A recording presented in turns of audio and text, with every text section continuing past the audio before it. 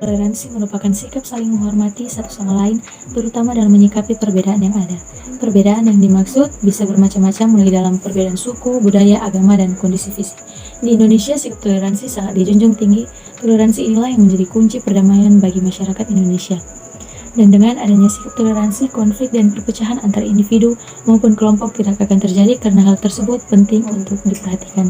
Mengingat bangsa Indonesia mempunyai latar belakang perbedaan yang beragam.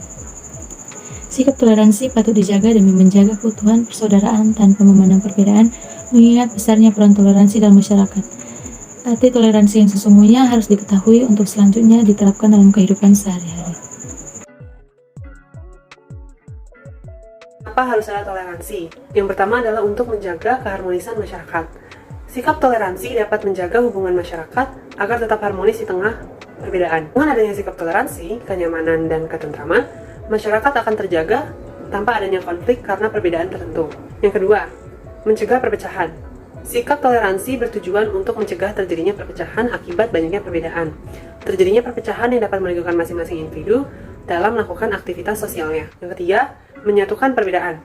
Toleransi diciptakan untuk saling melengkapi dan menyatukan perbedaan karena perbedaan berpotensi untuk menyebabkan konflik. Dan yang terakhir adalah untuk meningkatkan perdamaian. Setiap warga negara wajib memiliki sikap toleransi untuk mengurangi permasalahan di berbagai konflik yang bisa muncul di masyarakat.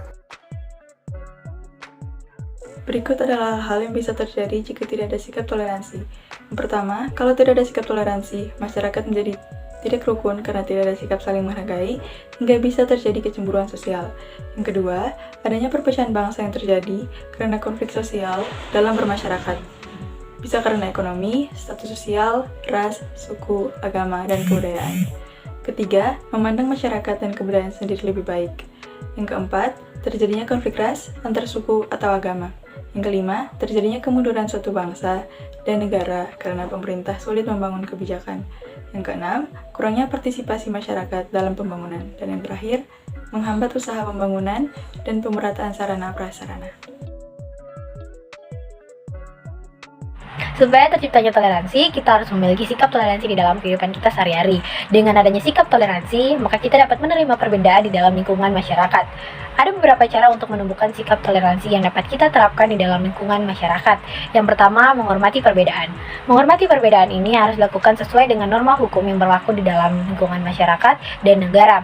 Sedari dini sangat perlu bagi kita untuk menumbuhkan sikap menghormati orang lain tanpa memandang suku, agama, ras, dan juga budaya.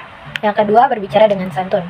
Kita harus berbicara menggunakan bahasa yang disesuaikan dengan norma kesopanan atau adat yang berlaku di lingkungan masyarakat yang bersangkutan. Yang ketiga, toleransi saat umat lain beribadah.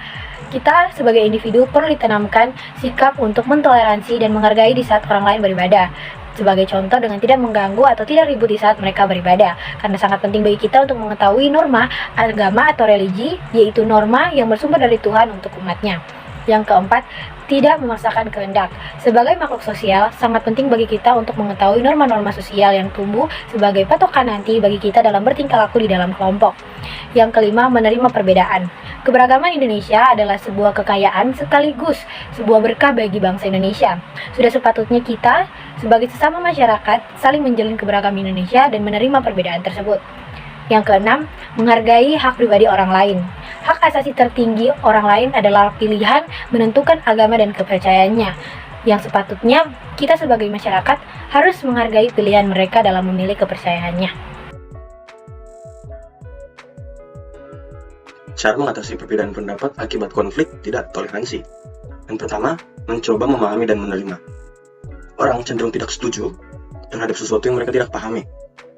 Untuk itu, mencoba memahami sudut pandang orang lain membuat Anda lebih toleransi terhadap perbedaan, bahkan menghargai perbedaan tersebut. Yang kedua, mendiskusikan permasalahan secara langsung. Saat ini, banyak sarana berkomunikasi dengan orang lain, seperti grup chat, email, ataupun media sosial. Namun menggunakan fasilitas tersebut cenderung kurang efektif untuk mendiskusikan permasalahan penting. Pasalnya, kamu tidak bisa mengetahui bahasa tubuh, ekspresi wajah, dan berempati. Oleh karena itu, lebih baik didiskusikan secara langsung ataupun melalui telepon.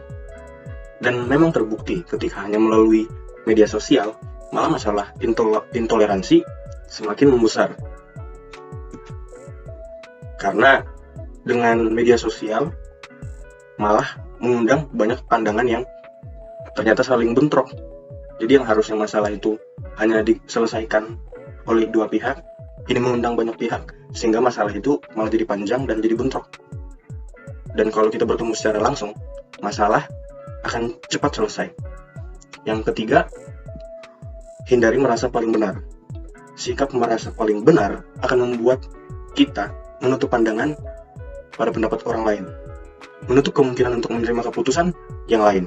Jadi, kita harus mampu untuk mencari cara untuk bersikap yang baik ketika menyelesaikan suatu permasalahan, apalagi ini permasalahan intoleransi.